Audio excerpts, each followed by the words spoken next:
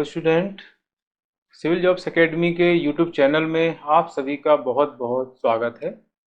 हम अपने चैनल के माध्यम से आप लोगों की तैयारी के लिए बहुत महत्वपूर्ण और उपयोगी वीडियो अपलोड कर रहे हैं। आज मैं एक नया वीडियो लेकर आया हूं जिसमें मैं बताने वाला हूं कि 5 मार्कर्स को हम बेहतर तरीके से कैसे लिखें जिससे हमें ज़्यादा से ज़्यादा मार्क्स मिल पाए और हमारा फाइनल सिलेक्शन हो सके। आप जैसा जानते हैं कि एमपीपीएससी मेंस का जो सिलेबस है उसके जो 3 स्टार्टिंग के पेपर हैं, फर्स्ट, सेकेंड, थर्ड, उसमें 3 तरह के क्वेश्चंस आते हैं, 3 मार्कर्स, 5 मार्कर्स, 11 मार्कर्स। आज मैं 5 मार्कर्स के संबंध में चर्चा करने वाला हूं और अगले वीडियो में मैं 11 मार्कर्स पर चर्चा करूंगा। 5 मार्कर्स के जो क्वेश्चंस होते हैं वो ज़्यादा इनपुट में कम आउटपुट देने वाले होते हैं।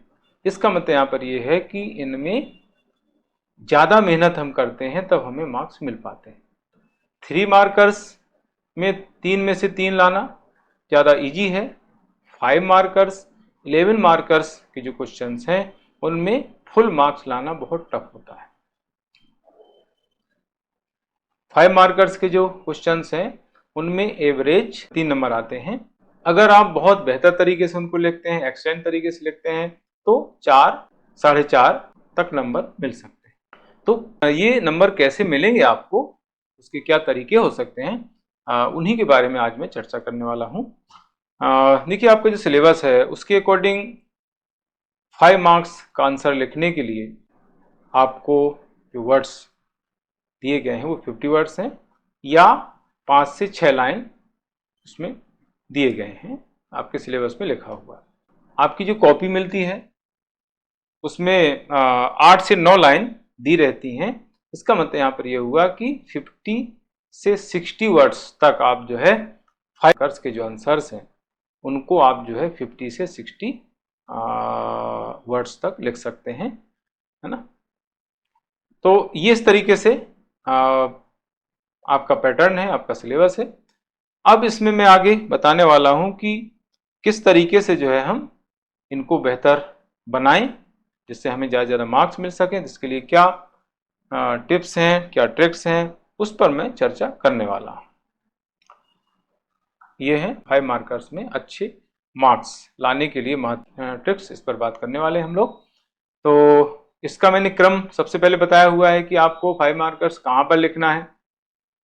देखो, 3 मार्कर्स सबसे पहले लिखना है, इसके बाद 11 मार्कर्स लिखना है और फिर 5 मार्कर्स लिखना है। यानी 5 मार्कर्स को 3 मार्कर्स तथा 11 मार्कर्स के बाद में लिखना है। ये सीक्वेंस मैंने दिया हुआ है यहाँ पर, पहले 3 मार्कर्स, फिर 11 मार्कर्स, फिर 5 मार्कर्स आपको लिखना है। लेकिन अगर आपको कुछ 5 मार्कर्स ऐसे हैं जो अच्छी तरीके से नहीं आ रहे हैं, हो सकता है 5 में से 2 11 मार्कर्स आपको अच्छे नहीं आए, तो फिर उनको छोड़ करके कुछ 5 मार्कर्स आप लिख सकते हैं जो आपको अच्छे आ रहे हों। इसके बाद फिर 11 मार्कर्स लिख दें और सबसे बाद में जो आपको 5 मार्कर्स बिल्कुल भी नहीं आ रहे हैं, यानी जिनके बारे में आपको बिल्कुल भी जानकारी नहीं है, उनको सबसे बाद में लिखें, है ना। तो इस तरीके से हम लिखने का सीक्वेंस रख सकते हैं। आई बात समझ में? यानी कुछ ऐसे 5 मार्कर्स होंगे, 2 या 3 हो सकते हैं, तो उनको जो है सबसे लास्ट में आपको लिख के आना है, जिनके बारे में आपको जानकारी बहुत कम है, बहुत सीमित है या नहीं है। उसमें जो भी आपको समझ में आए कुछ पॉइंट्स लिख के आ जाओ, क्योंकि समय भी कम रहेगा आपके पास और आपको वो आ भी नहीं रहे हैं, है ना। तो कुछ डायग्राम बना के आ जाओ, पॉइंट लिख दो, है ना, जो भी आपको समझ में आए। चार्ट भी बना सकते हैं, कोई डायग्राम के द्वारा उसको समझा सकते हैं, फ्लो चार्ट बना सकते हैं। तो बना करके आपको पेपर कंप्लीट करके आ जाना है। तो ये एक सीक्वेंस मैंने बताया है। आगे है कि 5 मार्कर्स के जो क्वेश्चंस होते हैं उसमें हेडिंग नहीं लिखना होती है। मैंने आप लोगों को 3 मार्कर्स के वहाँ पर भी बताया था, है ना। 3 मार्कर्स और 5 मार्कर्स के जो क्वेश्चंस हैं उनमें क्वेश्चंस की हेडिंग नहीं लिखना है। 11 मार्कर्स के जो क्वेश्चंस हैं वहां पर क्वेश्चन की हेडिंग आपको लिखना है ना। इसके आगे है प्रस्तावना, आपको जरूर लिखना है। 5 मार्कर्स के जो आंसर्स होते हैं उनमें प्रस्तावना लिखना है, लेकिन बहुत संक्षेप में लिखना है और वो 1 लाइन, 1.5 लाइन या 2 लाइन की होनी चाहिए। इससे ज्यादा प्रस्तावना आपको नहीं लिखना है। प्रस्तावना की हेडिंग नहीं लिखी जाती है, प्रस्तावना और निष्कर्ष की हेडिंग नहीं लिखी जाती है, आपको ध्यान रखना है। निष्कर्ष तो इसमें लिखना ही नहीं है, हालांकि प्रस्तावना लिखना है, लेकिन हेडिंग किसी की भी कहीं भी नहीं लिखी जाती है। उसका कारण यह है कि पहला पैरा जो होता है वो प्रस्तावना का होता है और लास्ट पैरा निष्कर्ष का होता है, तो ये अंडरस्टूड बात है, तो इसको लिखने की जरूरत हमें नहीं होती है। ठीक है, तो प्रस्तावना की हेडिंग लिखना है, ना ही निष्कर्ष की हेडिंग लिखना है। इसमें निष्कर्ष लिखने की जरूरत नहीं होती है। निष्कर्ष जो है आपको 11 मार्क्स में लिखना है, जिस पर हम आगे बात करेंगे। प्रस्तावना में यहां पर क्या लिखना है? वैसे प्रस्तावना जो होती है वो फ्रेमवर्क होती है। मैंने निबंध का जो वीडियो बनाया था उसमें प्रस्तावना किस तरह की होनी चाहिए वहां पर मैंने बताया था, लेकिन यहां पर बहुत संक्षेप में आपको प्रस्तावना लिखना है, तो यहां पर उतना डिटेल हम नहीं कर सकते, है ना। जैसे 11 मार्क्स में प्रस्तावना हम लिखेंगे तो उस समय जो है अच्छे से आपको प्रस्तावना लिखना है। प्रस्तावना एक्चुअली फ्रेमवर्क होती है। प्रस्तावना किसी पिक्चर का ट्रेलर की तरह होती है। जिस तरीके से हम ट्रेलर देख करके पूरी पिक्चर के बारे में पता लगा लेते हैं, वैसी प्रस्तावना होती है ना। तो लेकिन इतना यहाँ पर डिटेल आपको नहीं करना है। यहाँ पर आपको जो प्रस्तावना लिखनी है वो प्रश्न की प्रकृति के अकॉर्डिंग लिखना है। जैसे कोई संगठन पूछा है तो उसकी स्थापना का ईयर, डेट, उसका मुख्यालय लिख देना है, ज्यादा उसके अध्यक्ष लिख देना है, वर्तमान अध्यक्ष। किसी का कॉन्सेप्ट पूछा गया है, जैसे पत्सोपान पूछा गया तो पत्सोपान के गुण पूछे गए हैं या लक्षण पूछे गए हैं, तो पत्सोपान का आपको अर्थ लिखना है 1 लाइन में, 1.5 लाइन में। सत्ता की अवधारणा पूछी गई है तो सत्ता का अर्थ आपको लिखना है 1-1.5 लाइन में। ठीक है, तो यहाँ पर प्रस्तावना में बहुत ज्यादा आपको डिटेल करने की जरूरत नहीं है। टू दी पॉइंट आपको प्रस्तावना 1 लाइन, 1.5 लाइन, 2 लाइन में लिखना है। निष्कर्ष नहीं लिखना है, जैसे मैंने बताया। ये कर सकते हैं कि अगर किसी टॉपिक से रिलेटेड कोई नया अपडेट आपको पता है, कुछ नया चेंज हुआ है, महत्वपूर्ण चेंज है, तो उस अपडेशन को, उस जो चेंज हुआ है उस फैक्ट को आपको 1 लाइन में अंत में लिख देना है, बस। ज्यादा डिटेल में उसको नहीं लिखना, 1 लाइन में हल्का सा हिंट कर देना, जो मेन वर्ड है उसको अंडरलाइन कर देना है, बस हो गई बात। कई स्टूडेंट क्या करते हैं, प्रस्तावना नहीं लिखते हैं, सीधे पॉइंट डाला और स्टार्ट कर देते हैं, तो ये सही नहीं है लिखने का तरीका। आपको 1 या 2 लाइन में प्रस्तावना तो लिखना ही चाहिए 5 मार्कर्स के आंसर से। इसके बाद बहुत से स्टूडेंट क्या करते हैं, इसके लक्षण निम्नलिखित हैं, इसके गुण निम्नलिखित हैं, इस तरह के वर्ड यूज करते हैं। तो ये जो औपचारिकताएं हैं ये आप भूल जाओ, ये अब यहाँ पर नहीं लिखना है। पुराना जो पैटर्न था उसमें बहुत ज़्यादा लिखना होता था, तो उसमें ये चीज़ चल जाती थी। अभी जो है ये लिखने का समय नहीं है। ना तो आपको ये सेंटेंस 5 मार्कर्स में लिखना है और ना ही 11 मार्कर्स में भी लिखना है। तो क्या करना है, ये करना है कि प्रस्तावना हमने लिखी, उसके नीचे आपने लक्षण, गुण, विशेषताएं, हेडिंग लिख करके उसी के आगे पॉइंट डाल करके आपको लिखना स्टार्ट कर देना है। जैसे मैंने यहाँ पर लिखा हुआ है, विशेषताएं, गुण, दोष, लक्षण का जो हेडिंग है लिख करके उसी लाइन में पॉइंट लिखना प्रारंभ कर देना है। कोई भी लाइन आपको खाली नहीं छोड़ना है। ज्यादातर स्टूडेंट क्या करते हैं, लक्षण लिखे, लक्षण की हेडिंग लिखी और उस सामने वाली लाइन को खाली छोड़ देते हैं। ऐसा नहीं करना है, आपको उसी लाइन से स्टार्ट कर देना है, जिससे आप ज्यादा से ज्यादा पॉइंट्स लिख पाएंगे, क्योंकि आपके पास जगह बहुत लिमिटेड है। तो उस जगह का सही यूटिलाइज करना है। मेंस में एक तो स्पेस मैनेजमेंट और एक टाइम मैनेजमेंट, इनका दोनों का बहुत इंपॉर्टेंस है, तो इनका खास ध्यान आपको रखना होता है। इसके बाद आगे आता है पॉइंट्स के जो सेंटेंस हैं बहुत छोटे बनाना है, पूरा सेंटेंस आपको नहीं लिखना है, जिससे एक लाइन में एक पॉइंट कंप्लीट हो जाए, दूसरी लाइन में वो पॉइंट नहीं आए, नहीं तो आपको पॉइंट कम लिखने में आएंगे।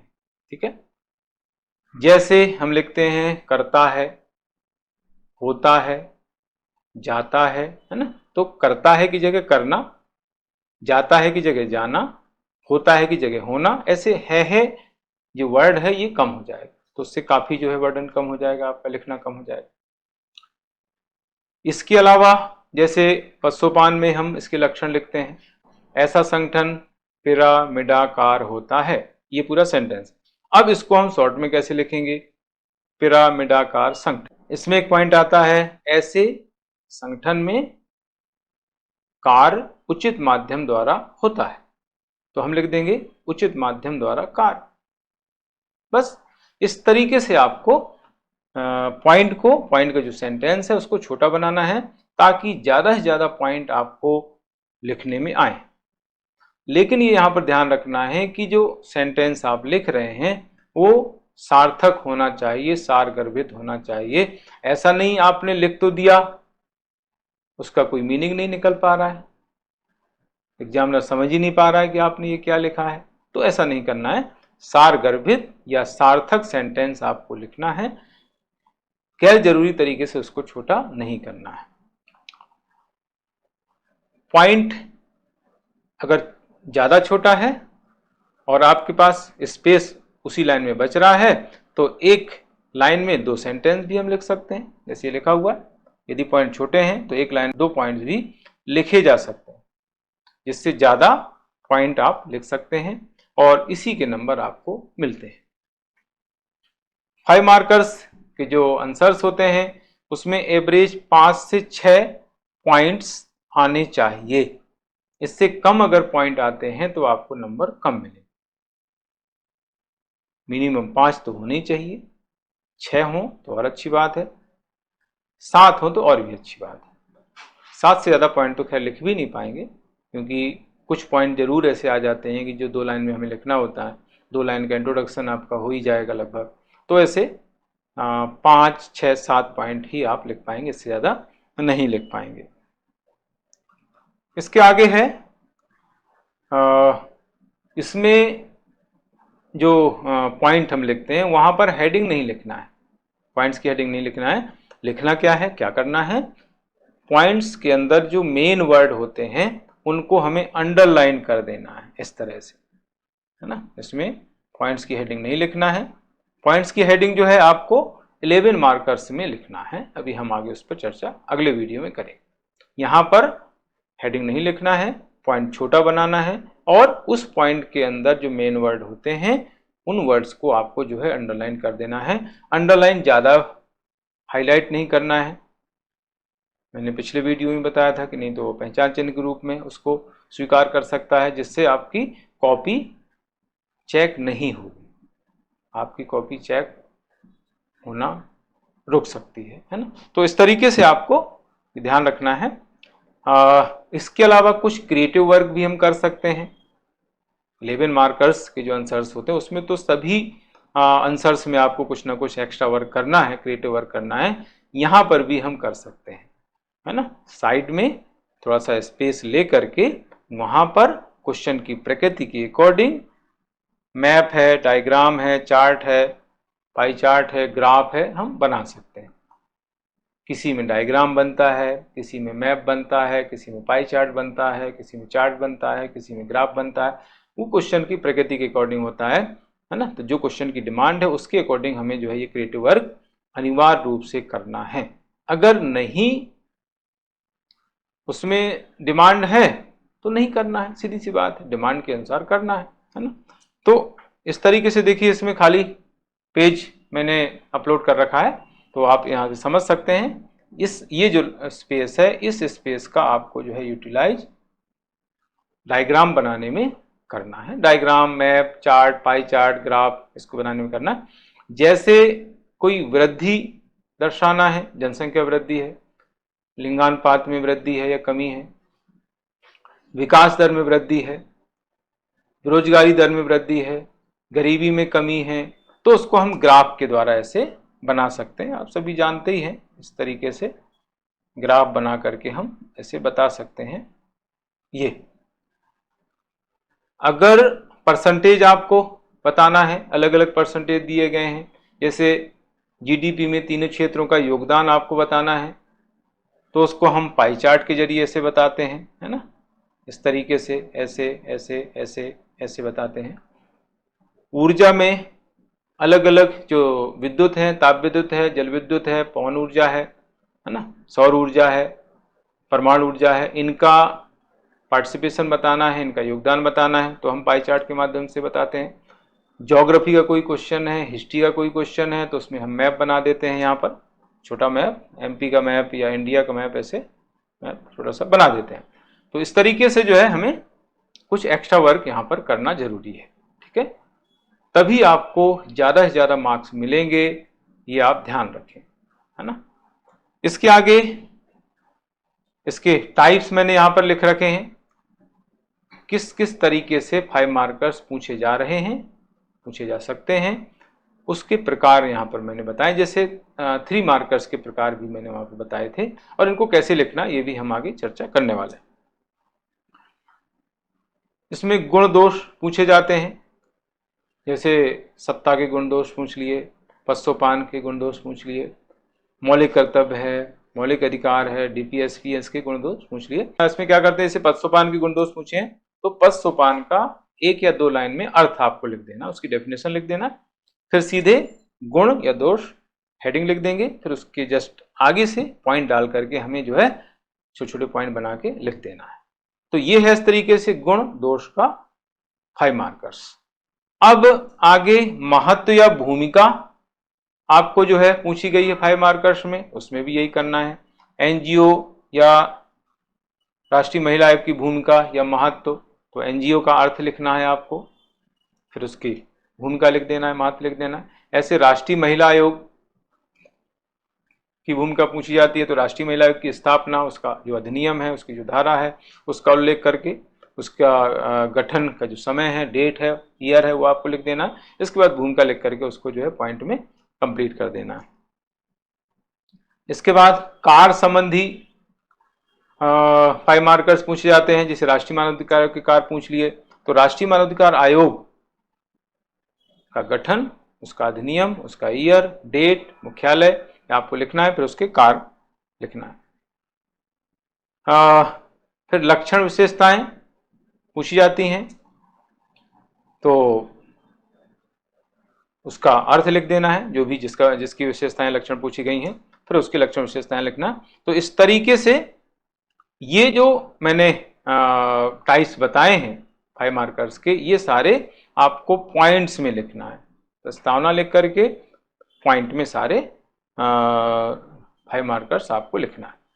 अब आगे इसके बाद है अवधारणात्मक व्याख्या, अगर पूछी जाती है, ये पब्लिक एड में ज्यादातर पूछा जाता है ना। सत्ता की अवधारणात्मक व्याख्या लिखिए, उत्तरदायित्व की अवधारणात्मक व्याख्या लिखिए। तो उसमें आपको क्या लिखना होगा, उसमें 3 चीजें आपको लिखना है, अर्थ, उदाहरण, लक्षण, 3 चीजें आपको यहां पर बताना होगा। यही अगर आपको 3 नंबर में पूछ ले, उत्तरदायित्व की अवधारणात्मक व्याख्या, तो आपको 2 चीजें लिखना है, उसका अर्थ लिखना है, एक कोई एग्जाम्पल लिख देना है। तो ये 3 नंबर के हिसाब से क्वेश्चन कवर हो जाता है। लक्षण नहीं लिखना है, लक्षण आपको लिखना है 5 मार्कर्स में, है ना। तो 5 मार्कर्स में अगर ये क्वेश्चन आता है उत्तरदायित्व की अवधारणात्मक व्याख्या, तो 3 चीजें लिखना है, अर्थ, उदाहरण और लक्षण। यही अगर 3 नंबर में आता है, तो उसमें केवल 2 चीजें लिखना है, अर्थ और उदाहरण। इसके बाद आगे है टिप्पणी विश्लेषण, किसी विषय पर टिप्पणी पूछ ली गई है, उसका एनालिसिस पूछ लिया गया है, तो ये पैराग्राफ में आपको लिखना है ना। इनको पॉइंट में हम नहीं लिख सकते हैं। इसी प्रकार से मूल्यांकन है, परीक्षण है, विवेचन या विवेचना है, समीक्षा है, और किसी विचारक के कथन का एनालिसिस करने को पूछा जाता है। तो ये सारे आपको पैराग्राफ में ही लिखना होते हैं। ये ज्यादातर कंफ्यूजन स्टूडेंट्स में होता है कि यूपीएससी में पैराग्राफ में लिखे जाते हैं आंसर, एमपीपीएससी में पॉइंट में लिखे जाते हैं। ऐसा नहीं है। किस आंसर को हमें पॉइंट्स में लिखना है, हेडिंग में लिखना है, किस आंसर को हमें पैराग्राफ में लिखना है, ये क्वेश्चन की प्रकृति के अकॉर्डिंग डिसाइड होता है। चूंकि यूपीएससी में कोटेशन पूछे जाते हैं, किसी विचारक का कोटेशन दे दिया, उसको डिस्क्राइब करने के लिए पूछ लिया गया, तो उसको आप पॉइंट में नहीं बता सकते हो, उसमें आपको पैराग्राफ लिखना पड़ेंगे। यूपीएससी में इसलिए पैराग्राफ ज्यादा चलते हैं क्योंकि वहां पर कोटेशन पूछे जाते हैं।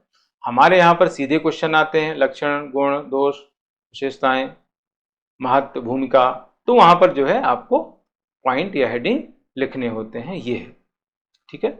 अब पैराग्राफ कैसे लिखना है, ये भी, इसका भी एक तरीका होता है ना। पैराग्राफ जो होता है वो ये जो लाइन होती है, इस लाइन से थोड़ा सा गैप दे करके लिखा जाता है। जैसे यहां से थोड़ा सा हमने गैप दे दिया, यहां से स्टार्ट करते हैं, ऐसे यहां से हमने पैराग्राफ स्टार्ट किया, फिर अगला जो पैराग्राफ होगा वो भी इसी सीध में यहां से स्टार्ट होगा, ऐसे। अगला पैराग्राफ जो होगा वो भी इसी सीध में, इसके सीध में से स्टार्ट होगा, जिससे एक सीक्वेंस बन जाता है और आंसर अच्छा दिखता है। तो 5 मार्कर्स को हम अगर पैराग्राफ में लिख रहे हैं तो 3 पैरा हमें बनाना पड़ते हैं। एक पैराग्राफ हो गया इंट्रोडक्शन का, 2 लाइन का, फिर 3-3 लाइन के 2 और पैरा हमें बनाना है। ऐसे टोटल 3 पैरा में हमें आंसर 5 मार्कर्स का लिखना है।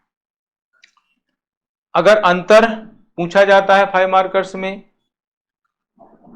तो उसमें हमें क्या करना होता है, उसमें हमें अंतर लिखने से पहले वहां पर भी इंट्रोडक्शन लिखना पड़ेगा, दोनों का कंबाइंड इंट्रोडक्शन लिखना पड़ेगा।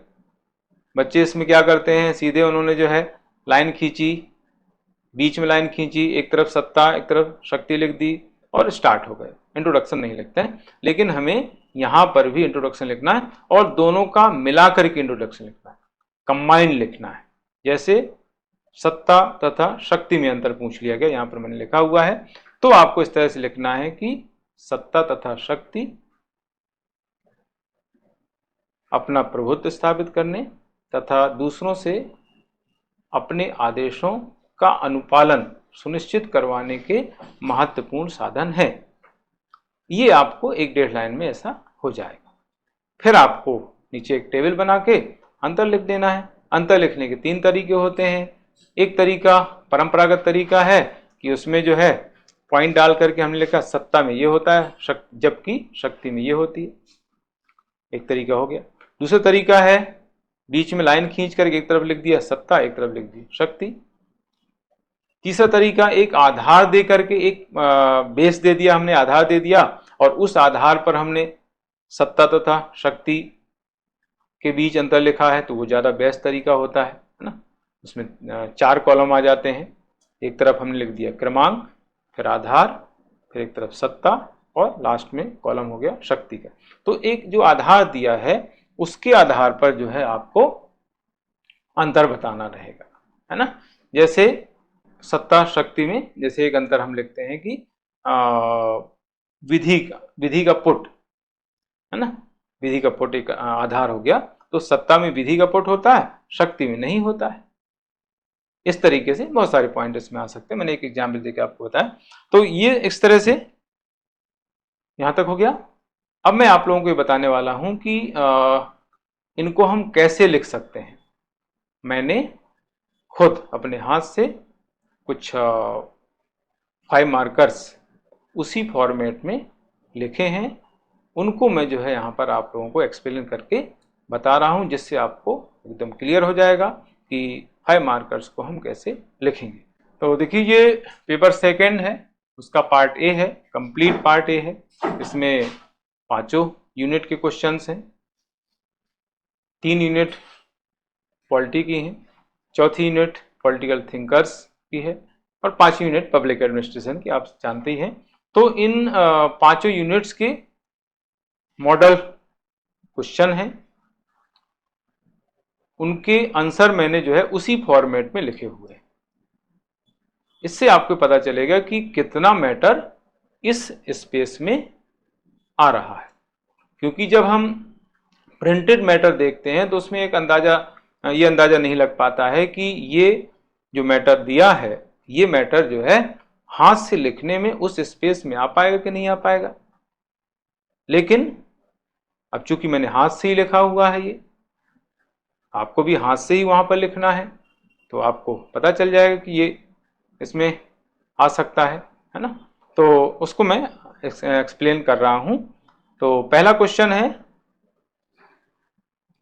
ये देखिए आप, ये पहला क्वेश्चन है, देखिए, प्रस्तावना में लिखित सामाजिक, आर्थिक एवं राजनीतिक न्याय से क्या आशय है। ये क्वेश्चन ज्यादातर आया हुआ है, तो इंपॉर्टेंट क्वेश्चन है, इसलिए मैं इसको एक्सप्लेन कर रहा हूं और इसको मैंने लिखा हुआ है हाथ से। तो 2 लाइन में इंट्रोडक्शन देखो, इसमें लिखी हुई है, भारतीय संविधान की प्रस्तावना में देश के नागरिकों को सामाजिक, आर्थिक एवं राजनीतिक न्याय सुनिश्चित करना उपबंधित है। फिर मैंने लिखा है स्रोत रूसी क्रांति, और इसमें नीचे मैंने इसका ईयर लिख दिया क्योंकि स्पेस नहीं था, तो ऐसे हम नीचे लिख सकते हैं 1917। अब स्रोत मैंने लिख करके उस डैश लगा के लिख दिया। अगर हम इसको लिखते कि ये रूसी क्रांति से लिए गए हैं तो एक लाइन इसमें हो जाती, इसलिए इसको मैंने स्रोत रूसी क्रांति लिख करके छोड़ दिया है ना। तो ये हो गया इंट्रोडक्शन। इसके बाद फिर मैंने इस फॉर्मेट में लिखा हुआ, आप देख सकते हैं किस तरीके से लिखा है ना। प्रस्तावना में 3 वर्ड हैं, ये सामाजिक न्याय, राजनीतिक न्याय, आर्थिक न्याय। तो इनका मीनिंग यहाँ पर लिखा हुआ है और इनके आर्टिकल्स भी इससे संबंधित लिखे हुए हैं। तो सामाजिक न्याय का मीनिंग क्या है, जाति, लिंग, रंग तथा धर्म के आधार पर भेदभाव को समाप्त करना, ये सामाजिक न्याय से आशय है।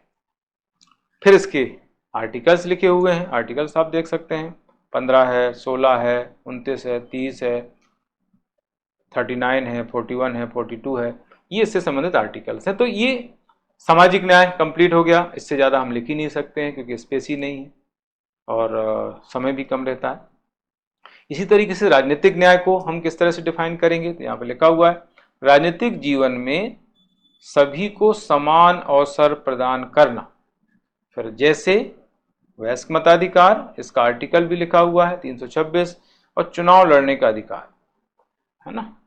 सभी व्यक्तियों को एज के क्राइटेरिया में जो आ रहे हैं उनको सरपंच से लेकर के राष्ट्रपति तक का चुनाव लड़ने का अधिकार यहाँ पर दिया गया है।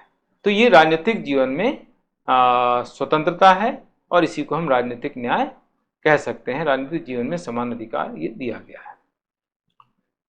अगर हम इसमें सभी में लिखते राजनीतिक न्याय से आशय, सामाजिक न्याय से आशय, आर्थिक न्याय से आशय, तो इसमें अनावश्यक वर्ड हो जाते, इसलिए मैंने वो वर्ड यूज नहीं किए हैं ताकि कम वर्ड्स में हम ज़्यादा लिख सके। इसी को हम कहते हैं गागर में सागर। ये गागर में सागर की बात है। मेंस में गागर में सागर भरना जिसको आ गया उसकी जीत निश्चित है, आप ये समझ के चलो। इसी तरीके से आर्थिक न्याय का मतलब है आर्थिक स्थिति के आधार पर भेदभाव तथा आय की असमानता को समाप्त करना। ये इसमें फिर आर्टिकल्स बताए गए हैं, अनुच्छेद 19(1)(g), 38 का 2, दूसरा पॉइंट है 39, 42 और 43। ये आर्टिकल जो है आर्थिक न्याय से रिलेटेड है। अब अगर पर्टिकुलर कोई भी एक आपको 5 मार्कर्स में आता है तो अर्थ लिखने के साथ साथ ये जो आर्टिकल्स हैं इनको आपको डिटेल करना है, संक्षेप में डिटेल करना है। अगर आपको कोई भी एक 5 मार्क्स में पूछा जाता है, एक अगर 3 मार्कर्स में पूछा गया है तो यही कहीं आप लिख सकते हैं जो लिखा हुआ है, सामाजिक न्याय को समझाइए। ये अगर 3 नंबर में पूछा गया है तो आप ये जो मैटर है ये लिख सकते हैं। इसी तरीके से राजनीतिक न्याय या आर्थिक न्याय जो है 3 मार्कर्स में पूछा गया है तो इसको आप लिख सकते हैं। अगर इनको अलग अलग 5 नंबर में पूछा गया है तो आपको इसमें क्या चेंज करना है, इसके लिए आपको ये जो आर्टिकल यहाँ पर दिए गए हैं उनको डिस्क्राइब कर देना है। तो ये 5 नंबर में भी अलग अलग लिखे जा सकते हैं। तो ये हो गया पहला क्वेश्चन। इसके बाद आगे है अगला क्वेश्चन, संविधान की भारत की संविधान संशोधन प्रक्रिया में कठोरता तथा लचीलेपन का मिश्रण है, इस कथन की व्याख्या कीजिए। ये जो है क्वेश्चन है। तो इसमें मैंने इंट्रोडक्शन इस तरह से लिखा हुआ है, संवैधानिक प्रावधानों को परिवर्तित परिस्थिति के अनुरूप बनाने के लिए संविधान के भाग 20 के अनुच्छेद 368 में संविधान संशोधन प्रक्रिया उल्लिखित है या उपबंधित है या दी गई है। इसका स्रोत भी हम लिख सकते हैं, यहाँ पर नीचे मैंने लिखा नहीं है, स्रोत दक्षिण अफ्रीका का संविधान हम लिख सकते हैं, लेकिन चूंकि ज्यादा मैटर हो जाएगा इसलिए उसको मैंने नहीं लिखा है, लेकिन आप चाहें तो लिख सकते हैं। अब संविधान संशोधन प्रक्रिया में दो तत्व हैं, कठोरता है और लचीलापन है। तो क्यों कठोरता है, क्यों लचीलापन है, उसको यहाँ पर एक्सप्लेन किया गया है, आप देख सकते हैं। कठोर का मतलब होता है बहुत मुश्किल से जब अमेंडमेंट हो, संशोधन हो, तो उसको कठोर संविधान कहा जाता है। आसानी से अगर संशोधन हो तो उसको लचीला कहा जाता है। तो कठोर क्यों है हमारे प्रक्रिया, संशोधन प्रक्रिया, उसमें लिखा हुआ है संघीय व्यवस्था से जुड़े कुछ जो बंद हैं उनमें अगर संशोधन करना है तो संसद के विशेष बहुमत की जरूरत पड़ती है, साथ ही साथ कम से कम आधे राज्यों का अनुमोदन भी जरूरी होता है। तो कितना टफ हो गया, संसद का विशेष बहुमत चाहिए, साथ ही साथ राज्यों का अनुमोदन भी चाहिए, उसको वो भी कम से कम आधे राज्य का अनुमोदन चाहिए, साधारण बहुमत से वहां पर हालांकि संशोधन होता है। तो ये चूंकि कठिन प्रक्रिया है इसलिए ये जो व्यवस्था है ये कठोरता का परिचायक है। देखो यहाँ पर लिखा हुआ है ये कठोरता का परिचायक, क्योंकि बहुत मुश्किल से संशोधन होगा, राज्यों का भी अनुमोदन लेना पड़ेगा। फिर इस प्रक्रिया से कहां पर किन उपबंधों में संशोधन हो रहा है होता है, तो उसमें चौथी अनुसूची है, 7वीं अनुसूची है, अनुच्छेद 54 है।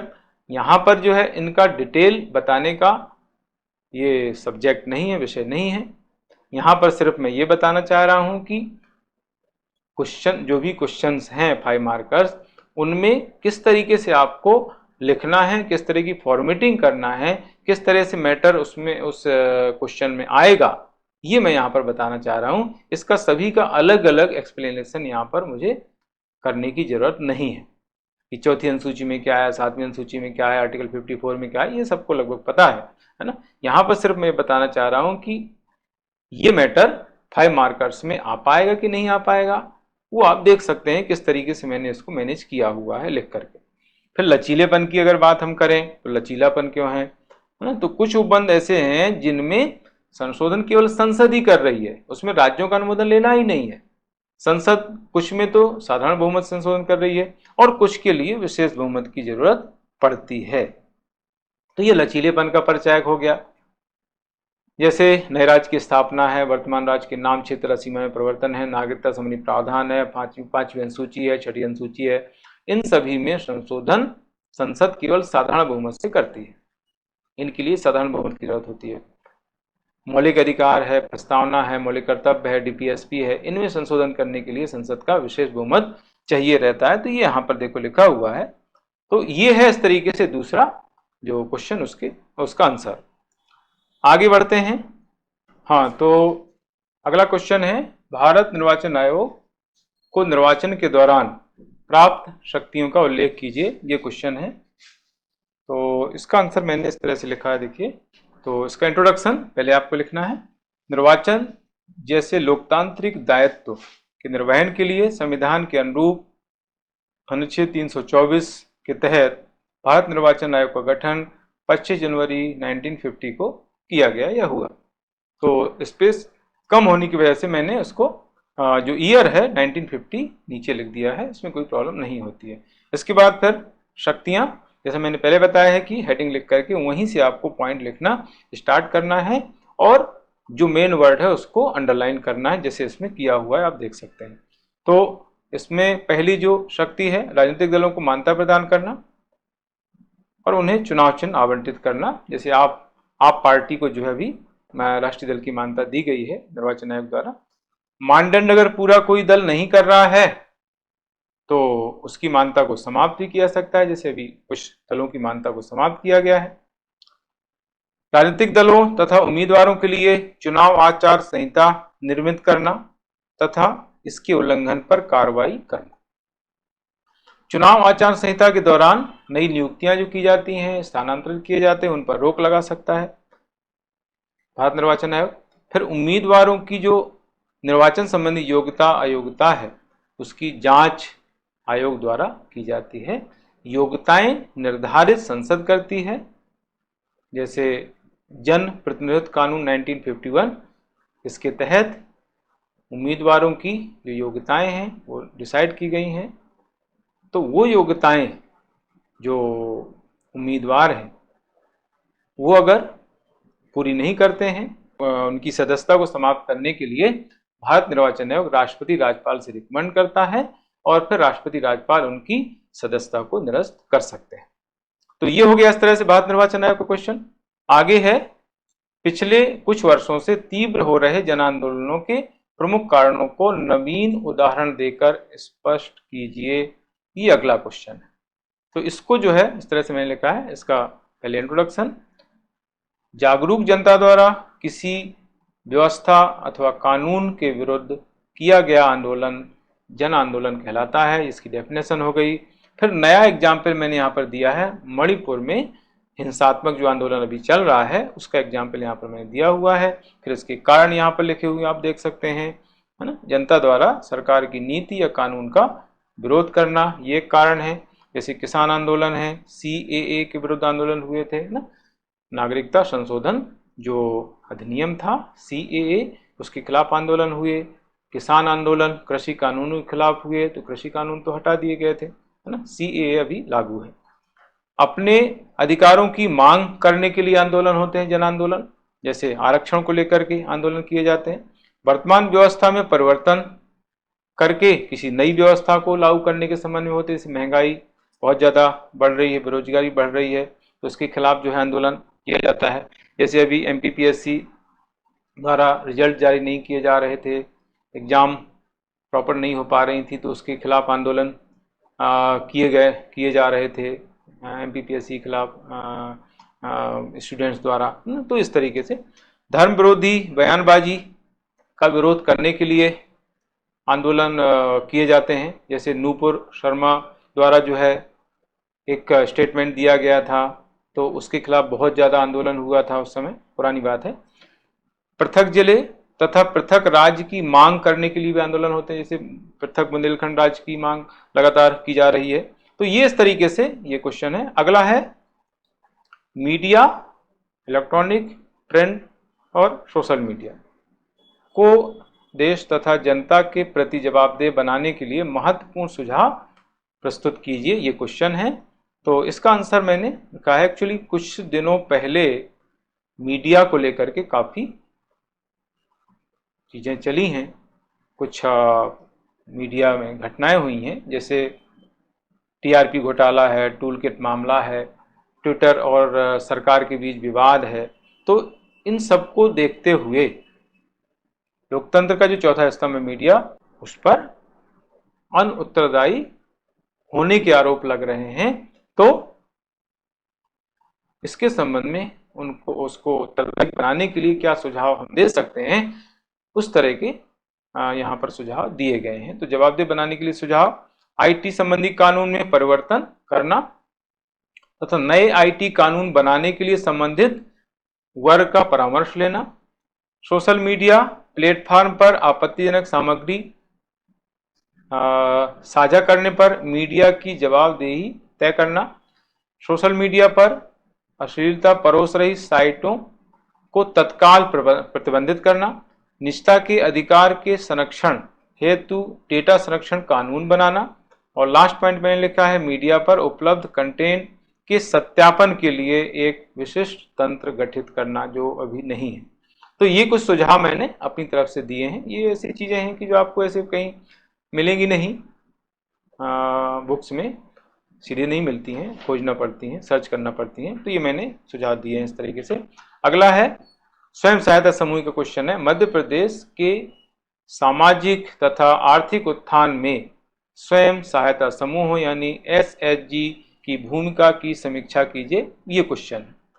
तो पहले मैंने SHG को डिफाइन किया है, फिर एग्जाम्पल दिए हैं और फिर उसकी भूमिका अलग से लिखी हुई है। तो SHG विशिष्ट उद्देश्य की पूर्ति की हेतु आपसी सहायता से निर्मित स्वैच्छिक संगठन होते हैं। मध्य प्रदेश में लगभग 35,000 SHG हैं। इनमें एग्जाम्पल दिए हुए हैं, नर्मदा, महिला संघ ये होशंगाबाद का स्वयं सहायता समूह है।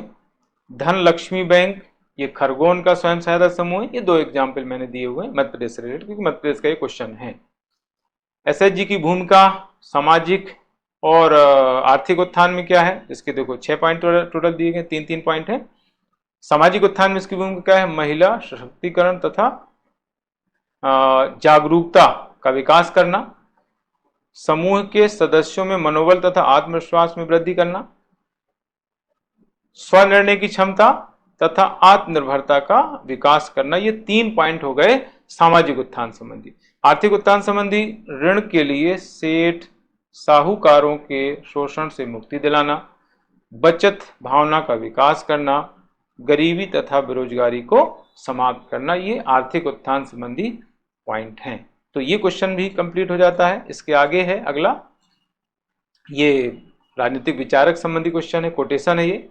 सर्वोदय जनता का समाजवाद है, जयप्रकाश नारायण के इस कथन की व्याख्या कीजिए। ये जो है क्वेश्चन है।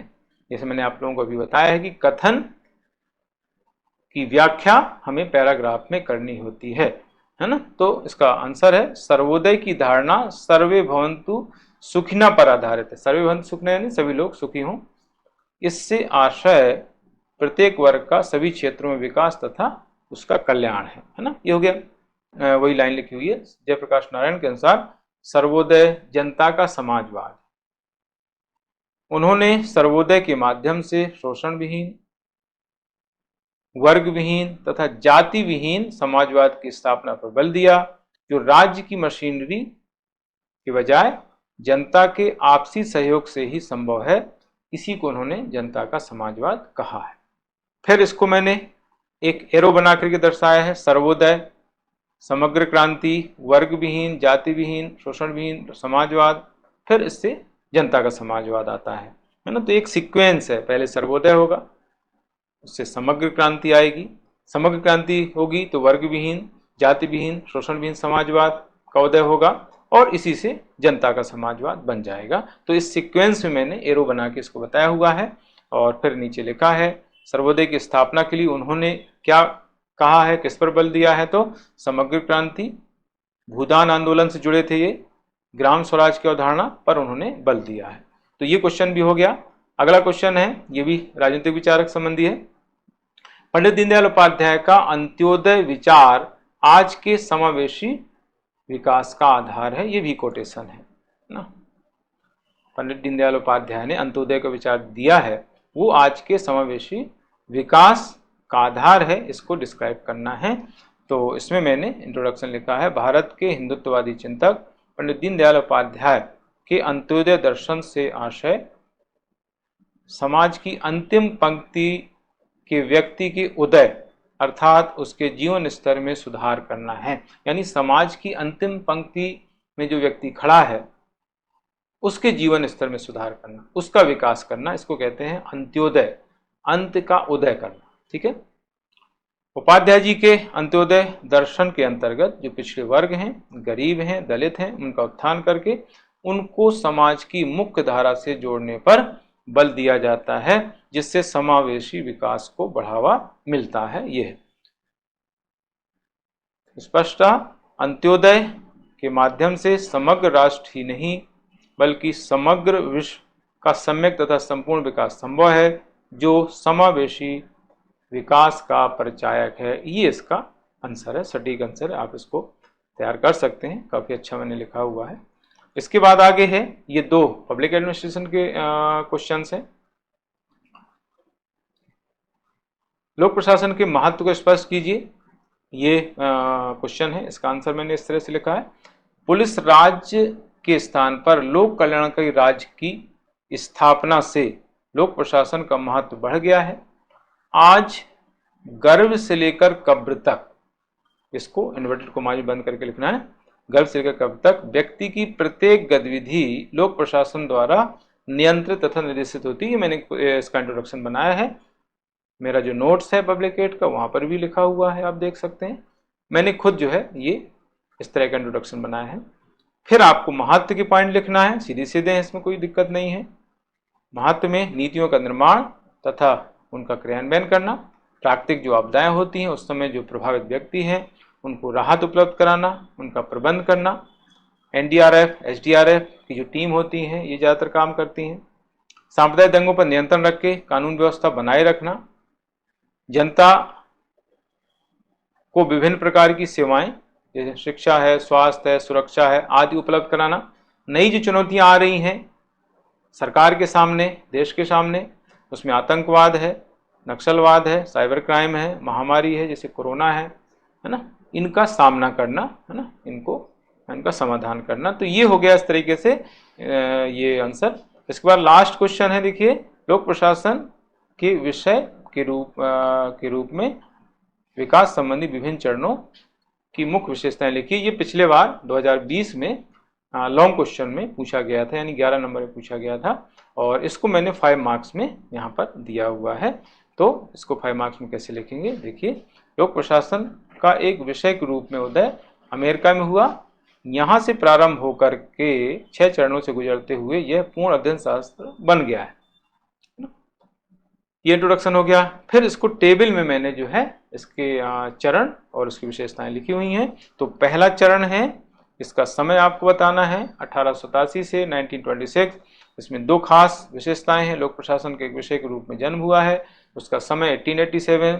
इनके जनक है Woodrow Wilson. The study of administration इनका निबंध है। उस निबंध के प्रकाशन के साथ ही लोक प्रशासन का अमेरिका में एक विषय के रूप में उदय हुआ है ना। इसका डिटेल हम बहुत सारा है, यहाँ पर करने का समय नहीं है। दूसरी इसकी विशेषता है राजनीति प्रशासन द्वैत भाव प्रबल, यानी राजनीति और प्रशासन दोनों को अलग अलग बताया गया था। इसको कहते हैं द्वैत भाव, इंग्लिश में कहते हैं डाइकॉटमी। दूसरा है 1927 से 1937 सिद्धांतों पर बल दिया गया इसमें, इसलिए इसको सिद्धांतों का स्वर्ण युग कहा जाता है दूसरे चरण को। तीसरा चरण 1938 से 1947 का है। यहाँ पर सिद्धांतों को चुनौती दी गई थी, चैलेंज किया गया था, इसलिए इसको चुनौतियों का काल कहा जाता है। चौथा चरण जो है 1948 से 1970 तक है, इसको स्वरूप की संकटावस्था कहते हैं। पांचवा चरण 1971 से 1990 तक है। यहाँ पर 2 खास बातें हुई, लोक प्रशासन अंतर विषय बना और इसमें राजनीति प्रशासन समभाव पर बल दिया गया, यानी राजनीति प्रशासन दोनों को एक मान लिया गया, पहले दोनों को अलग अलग माना जाता था। लास्ट चरण है, छठा चरण 1991 से है वर्तमान तक, उदारीकरण, निजीकरण तथा वैश्वीकरण पर इसमें बल दिया गया, एलपीजी पर बल दिया गया। तो इस तरीके से जो है ये 5 मार्कर्स कंप्लीट हो जाते हैं, जैसे मैंने आपको लिख कर बताए हुए हैं। इससे आपको काफ़ी हेल्प मिल जाएगी। तो इस तरीके से आज का ये सेशन कंप्लीट हो जाता है। तो आज के लिए इतना ही। थैंक यू, गुड लक, जय हिंद।